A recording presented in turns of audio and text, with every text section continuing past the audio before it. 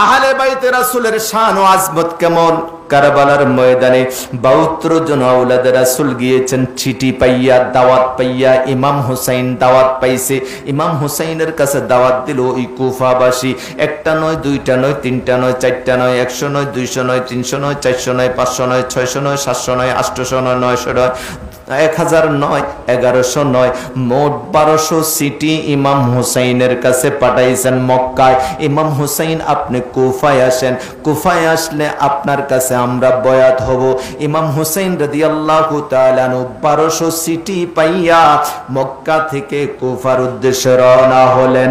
কুফার মধ্যে আসার পরে দিয়া দেখতেছেন হায়রে কুফাবাসীদের অবস্থান, সিটি ফাটাইলো কেমন, অবস্থান দেখতেছি আইসা কেমন।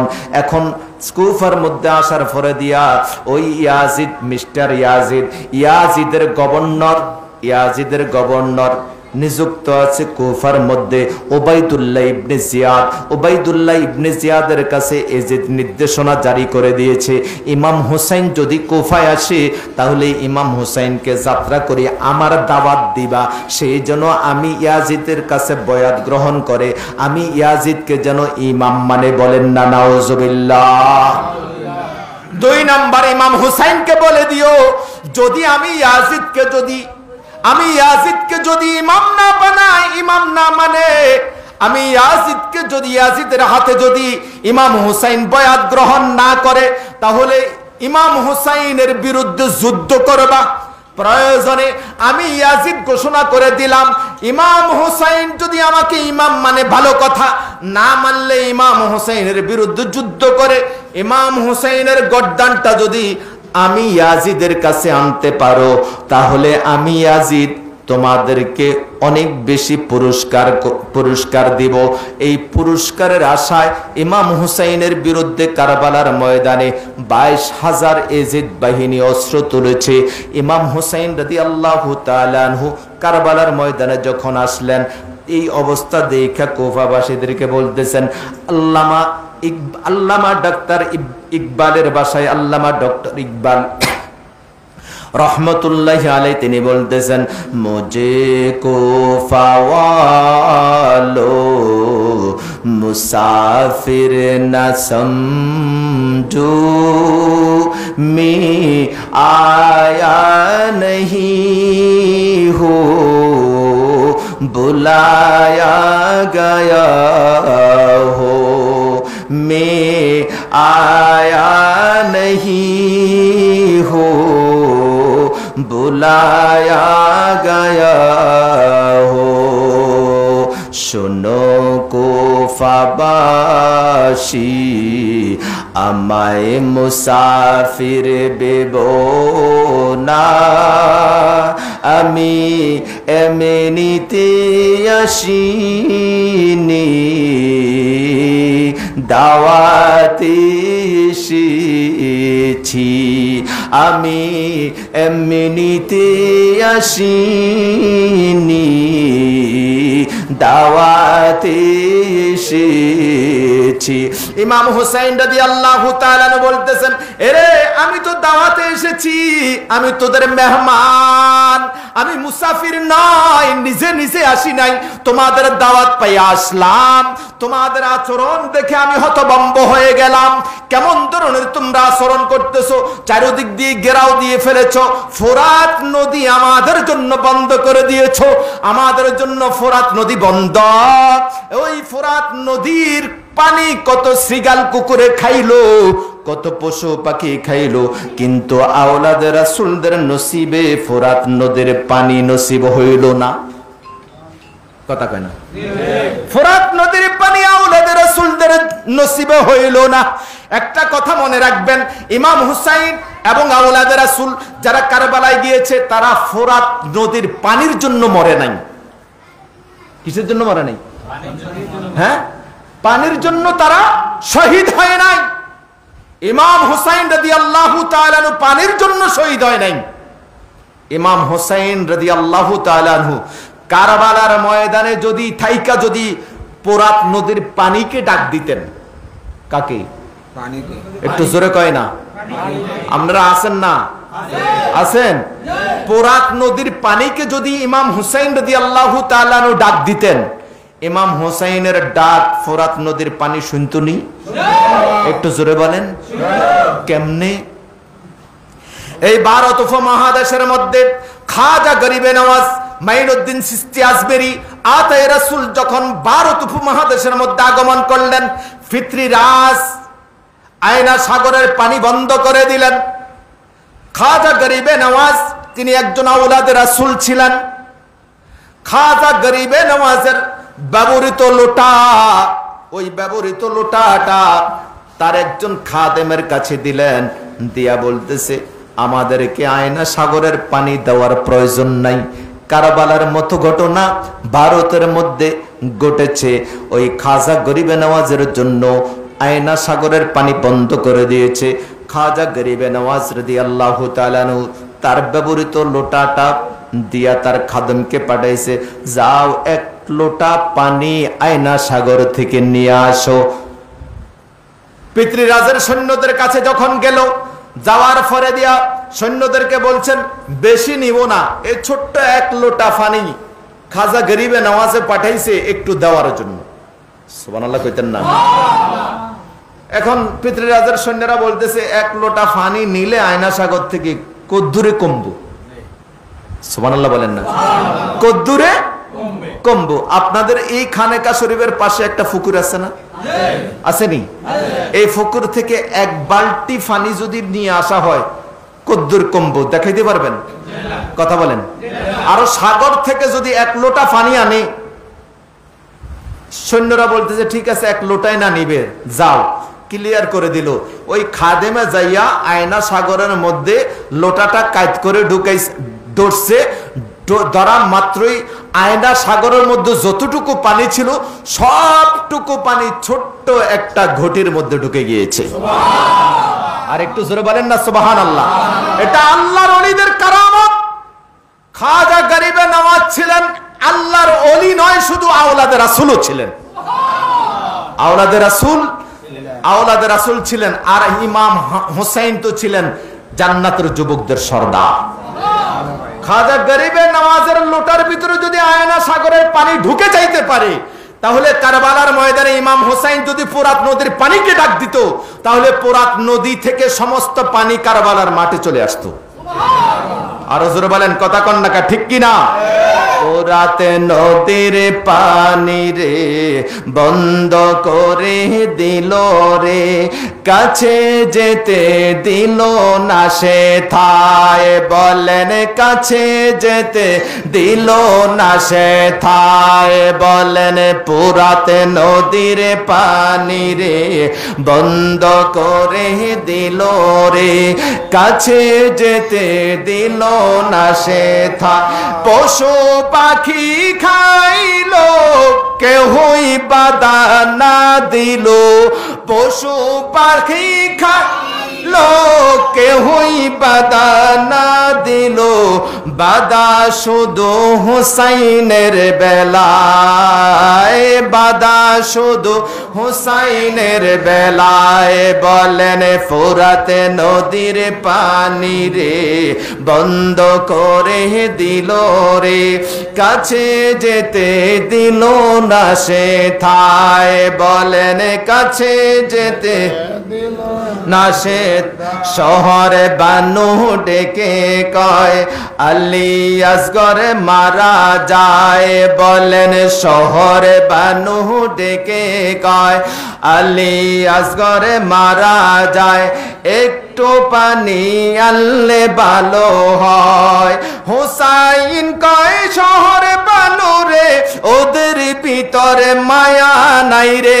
হুসাইন কয় শহরে বানু রে ওদের ভিতরে মায়া নাই রে, পানি তো দিবে না মনে হয়। বলেন পানি তো দিবে না মনে হয়। বলেন ফোরাত নদীর পানি রে বন্ধ করে দিল রে, ফোরাত নদীর পানি রে বন্ধ করে দিল রে, কাছে যেতে দিল না সে থায়। বলেন কাছে দিল না সে থায়। শহরে বানু ডেকে বলে আলী আসগর 6 মাসের ছেলে। শহরে বানু ডেকে বলে আলী আসগর 6 মাসের ছেলে। ছোট শিশুর নাই কোনো অন্যায়, ছোট শিশুর নাই কোনো অন্যায়। ওকে কোলে নিয়ে যান, যাইয়া একটু পানি চান। ওকে নিয়া, ওকে কোলে নিয়া যান, যাইয়া একটু পানি চান। আসগরে মরে পানির পিপাসায়, বলেন আসগরে মরে পানির পিপাসায়। বলেন ফোরাত নদীর পানি রে বন্ধ করে দিল রে, ফোরাত নদীর বন্ধ করে দিল রে। কাছে যেতে দিল না সে থায়, বলেন কাছে যেতে দিল না সে থায়। হুসাইন কয় ইয়াজিদ বাহিনী কোলে আমার জাদু মনি। হুসাইন কয় ইয়াজিদ বাহিনী কোলে আমার জাদু মনি। অন্যায় যদি থাকে আমার বিচার হবে হবে আমার। ছোট শিশুর নাই কোনো অন্যায়। কথা বলেন ঠিক কিনা? আরো জোরে বলেন ঠিক কিনা? 6 মাসের শিশু আলী আসগরের কোনো অন্যায় থাকতে, আরো জোরে বলেন, ছোট শিশুর কোন অন্যায় আছে? অন্যায় আসেনি। ওই কারবালার ময়দানে ইমাম হুসাইন সহ 72 জন আওলাদে রাসূলের জন্য ফোরাত নদীর পানি ওই দুষ্ট এজিদ বাহিনী বন্ধ করে দিল। এজিদ বাহিনীর সৈন্য সংখ্যা হচ্ছে 22,000। কত হাজার? 22,000। আরো জোরে বলেন। এই 22,000-এর মধ্যে 7,000 ছিল মুফতি। কত হাজার? 7,000 মুফতি আর 3,000 হাফেজ, হাফেজে কোরআন ছিল। এই 22,000 সৈন্যদেরকে সামনে নিয়ে বলতেছে, তোমরা তো কিছুক্ষণ আগে নামাজ পড়েছো, একা পড়ো নাই, জামাতে পড়েছো, তোমরা সবাই নামাজি।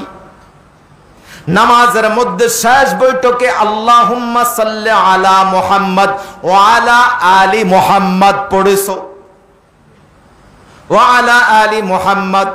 হে আল্লাহ, তুমি মুহাম্মদ সাল্লাল্লাহু আলাইহি ওয়াসাল্লামের প্রতি অনুগ্রহ করো এবং আহলে বাইতে রাসূলের উপরে তুমি অনুগ্রহ করো।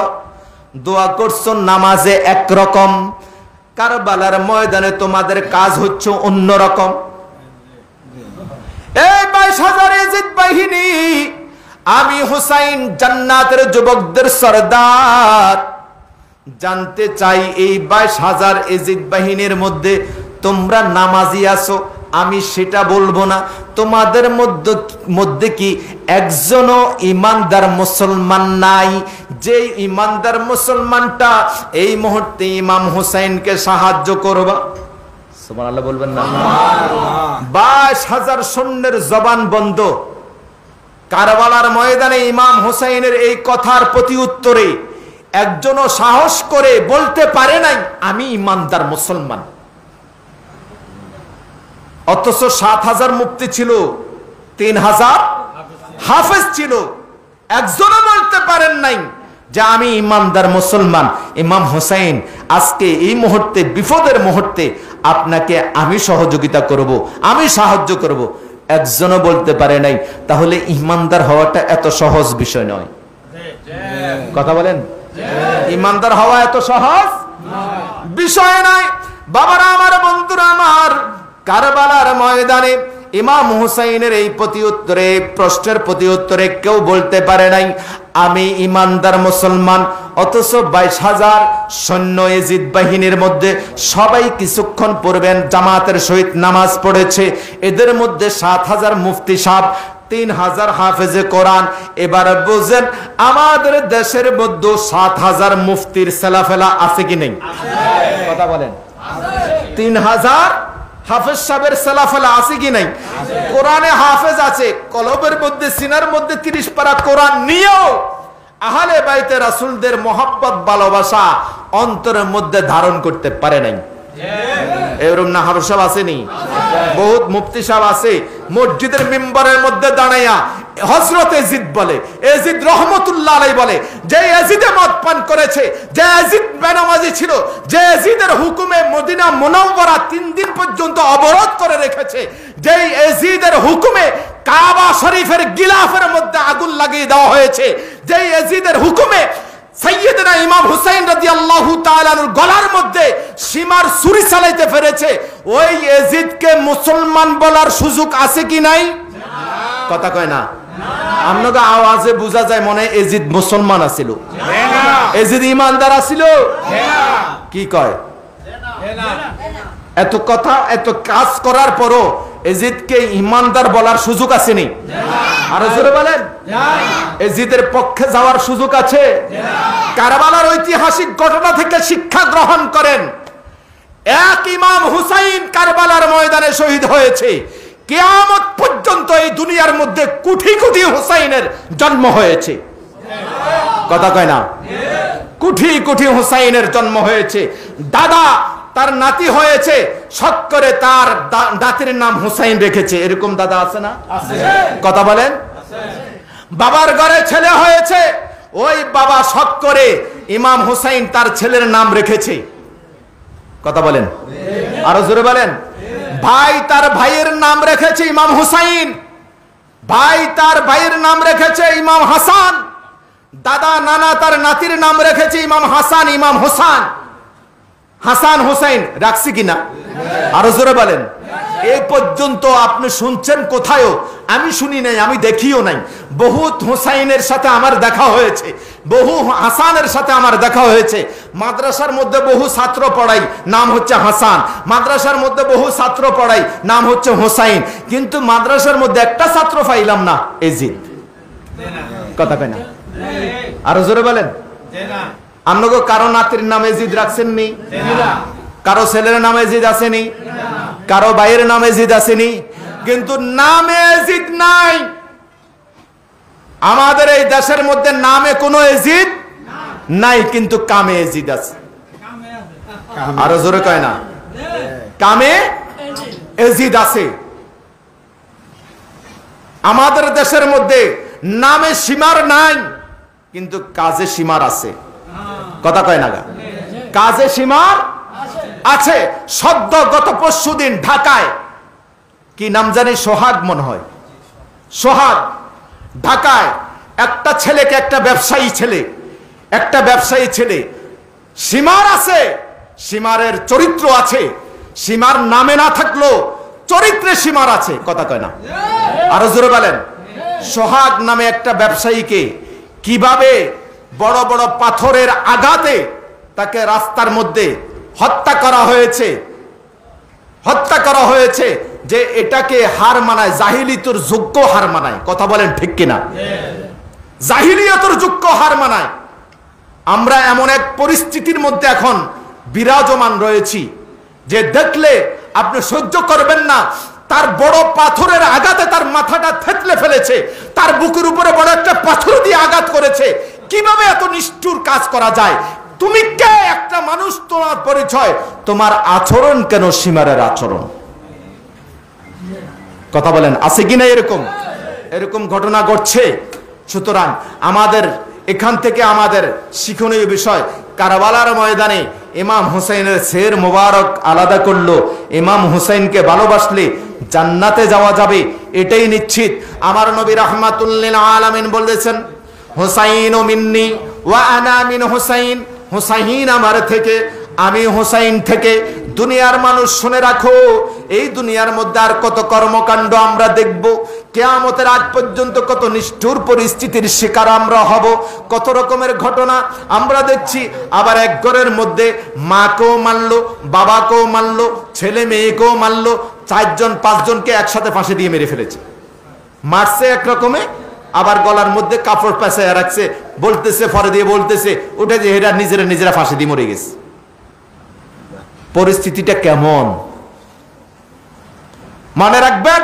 এই পরিস্থিতি থেকে যদি মুক্ত হইতে হয়, এই পরিস্থিতি থেকে যদি ফিরে আসতে হয়, তাহলে আহলে বাইতে রাসূলদের অনুসরণ, আহলে বাইতে রাসূলদের মহব্বত অন্তরের মধ্যে ধারণ করে আমাদের জীবনকে গঠন করতে হবে।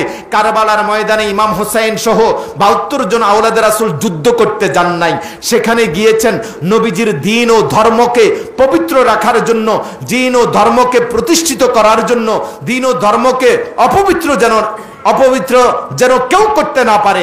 ইমাম হুসাইন সত্যকে প্রতিষ্ঠা করার জন্য কারবালার ময়দানে গিয়েছেন। কথা বলেন ঠিক কিনা? দুষ্ট সীমা ইমাম হুসাইন রাদিয়াল্লাহু তাআলা আনহুর শির মুবারক, দেহ মুবারক থেকে আলাদা করে এজিদ বাহিনী যখন ইমাম হুসাইন রাদিয়াল্লাহু তাআলা আনহুর মাথা মুবারক তরবারির উপরের মধ্যে গেথে মিছিল করতেছে, কারবালা কুফার বাজারে বাজারে মিছিল করতেছে, মানুষগুলো কেউ কেউ দেখে হাঁটতেছে, ঘরের ভিতরে কেউ কেউ কোনো মহিলারা কাঁদতেছে। হায়রে নিষ্ঠুর নিষ্ঠুর মানুষ এইভাবে বুঝি আওলাদ রাসূলদেরকে হত্যা করে জান্নাতের যুবকদের সরদার ইমাম হুসাইনের মাথা মুবারককে তীরের আগার মধ্যে নিয়ে তারা মিছিল করতেছে। জগৎবাসীকে ইমাম হুসাইন রাদিয়াল্লাহু তাআলা আনহু শহীদ হওয়ার পর প্রমাণ করাইয়া দিলেন, আমি জান্নাতের যুবকদের সরদার ইমাম হুসাইন, আমাকে শহীদ করা হয়েছে কারবালার ময়দানে। আমি যদি চাইতাম দুনিয়ার মধ্যে বেঁচে থাকতে পারতাম, আমি যদি চাইতাম তাহলে আমি এজিদের কাছে বয়াত হইতে পারতাম। এজিদের কাছে বয়াত হলো এজিদকে আমি ইমাম মানলে আমি বেঁচে থাকতে পারতাম, কিন্তু এই ধরনের একটা পাপিষ্ট এজিদের কাছে আমি বয়াত হই নাই। আমি যদি বয়াত হইতাম তাহলে সবাই বলতো কিয়ামত পর্যন্ত একটা পাপিষ্ট এজিদের কাছে ইমাম হুসাইন বয়াত গ্রহণ করেছে, তাহলে এজিদ যে সমস্ত পাপ কাজ করেছে সেই পাপ কাজগুলোর স্বীকৃতি ইমাম হুসাইন দিয়ে গেল। বলেন না নাউজুবিল্লাহ। এই জন্য ইমাম হুসাইন রাদিয়াল্লাহু তাআলা আনহু কারবালার মধ্যে শহীদ হন নাই।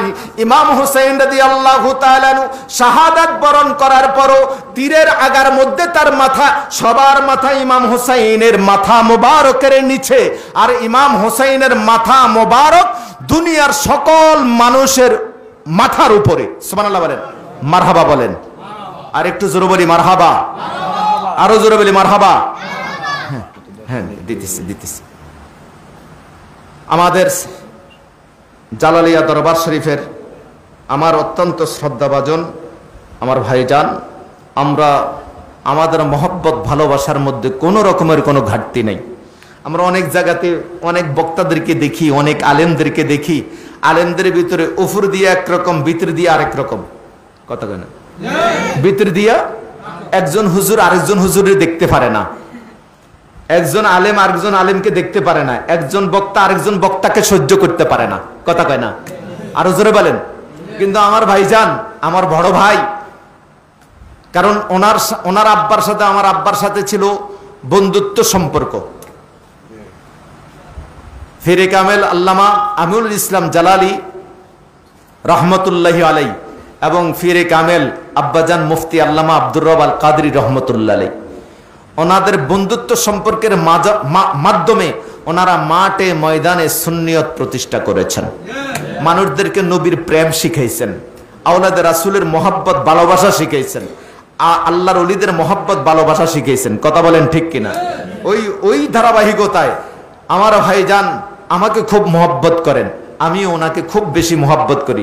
এখানে আসার পূর্বেও 8টা বাজে আমার ফোন দিয়ে বলতেছেন, আমি ধরতে পারিনি, পরে ব্যাক করছি। ব্যাক করার পরে আমার জিজ্ঞেস, ভাইজান আপনি কই? আমি বলছি আমি তো এখনো আলীগঞ্জে। আপনি কই? আমি হাজীগঞ্জে আছি। আপনি তো এসার পরে ধরার কথা। আমি জি, আমি এসার নামাজ পড়েই যাব। বলতেছে আপনার দেরি হয়ে যাবো না? না, দেরি হবে না, দেরি হবে না, আমি এসার নামাজ পড়েই যাব। ঠিক আছে, আপনি যাইয়েন, আমি 11টা বাজে ধরবো ইনশাল্লাহ। 11টা মানে কাছাকাছি এই সময় আমার ভাইজানের শাহজাদা, আমার অত্যন্ত আজিজ প্রিয় আসাদ বিন জালালি আগমন করেছেন। ইনশাল্লাহ আপনাদের সামনে কিছু আলোচনা করবেন। আমার আলোচনাটা আমি পরিসমাপ্তি করে দিচ্ছি। আল্লাহ তাআলা আমার এই ভাতিজা আল্লাহ যেন তাকে হায়াতে এলেমে আল্লাহ তাআলা বরকত যেন দান করেন। সকলে বলে আল্লাহুম্মা আমিন। আর একটু জোরে বলি আমিন। আমরা মরে গেলে এই মাঠের মধ্যে সুন্নি আলেম থাকা দরকার আছে না? এগুলি ধরে রাখবে কে? এদের মতো আলেমরাই। কথা বলেন ঠিক কিনা? আরো জোরে বলেন। এদের মতো আলেমরাই এই মাঠগুলো ধরে রাখবে। আমাদের পরবর্তী আমাদের বাবারা চলে গেছে, আমরা এখন মাঠে আছি, আমরাও একদিন চলে যাব। আপনারা থাকবেন নাকি? বা আমরা চলে যাবো হুজুর, আপনারা আঙ্গুরে রাখা যাই না আমরা। হ্যাঁ, আপনাদেরকে রাইখা গেলাম, কিন্তু এখানে রাইখা যাওয়ার পরে দিও থাকার জায়গা, আরো জোরে বলেন থাকার জায়গা নাই। কারবালার সেই ঘটনার দিকে শেষ করে দিচ্ছি। ইমাম হুসাইনের মাথা মোবারককে তীরের আগার মধ্যে লইয়া এখন এজিদের কাছে রওনা হয়েছে, যাইয়া জমা দিবে আর পুরস্কারটা গ্রহণ করবে, পুরস্কারটা গ্রহণ করবে। এখন মিছিল করে যাইতেছে আওলাদে রাসূলদের বাকি যারা ছিলেন, মহিলারা এবং ছোট যারা ছিলেন, তাদের সবাইকে নিয়া ইমাম হোসাইনের সের মোবারক নিয়া এজিদের কাছে নিয়ে যাইতেছেন, সবাইকে বন্দি কইরা এজিদের কাছে নিয়ে যাইতেছেন। প্রতিমধ্যে সন্ধ্যা হয়ে আসলো। এক খ্রিস্টানদের এক গির্জার পার দিয়া যখন যাইতেছিল, শোরগোল শোনা যাইতেছে। গির্জা থেকে একজন পাদ্রী বের হয়ে আসলো। ব্যাপার কি? আজকে আমার গির্জার মধ্যে একটা কম্পন হইল। আমার এই গির্জার মধ্যে সেদিনে সেই মুহূর্তে কম্পন হয় যখন এই দুনিয়ার মধ্যে বড় একটা দুর্ঘটনা ঘটে। সুবহানাল্লাহ বলবেন না? আজকে কি জানি ঘটনা ঘটছে। বাইর হইয়া দেখতেছে শোরগোল করে মিছিল করে একটা মাথা মোবারককে তরবারির উপরের মধ্যে নিয়ে তারা মিছিল করে যাচ্ছে। ওই গির্জা থেকে পাদ্রী বাইর হয়ে জিজ্ঞেস করলো, তোমরা কারা? কার মাথাটা তোমরা তরবারির আগার মধ্যে নিয়ে মিছিল করতে করতে যাচ্ছ? তারা জবাব দিতেছে, আমরা ইজিদ বাহিনী। তরবারির উপরে কি? তরবারির এই মাথার মধ্যে কার মাথা?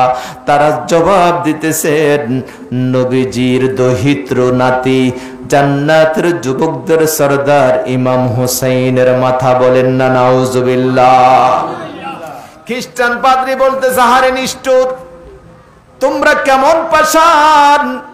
মোহাম্মদের কলিজার টুকরা জান্নাতের যুবকদের সরদার ইমাম হুসাইনের মাথা তোমরা তরবারির আগার মধ্যে নিয়া মিছিল করতে করতে যাচ্ছ এজিদের কাছে, দামেস্কের মধ্যে এজিদের কাছে জমা দিয়া তোমরা পুরস্কার গ্রহণ করবা। তোমাদের মতো এরকম নিষ্ঠুর মানুষ আল্লাহর জগতে আর কেউ হইতে পারে না। মনে মনে ভাবছে, বাবা আমি শেষ করে দিচ্ছি ঘটনাটা বলেই একটু 5 মিনিটের মধ্যে শেষ করে দিচ্ছি।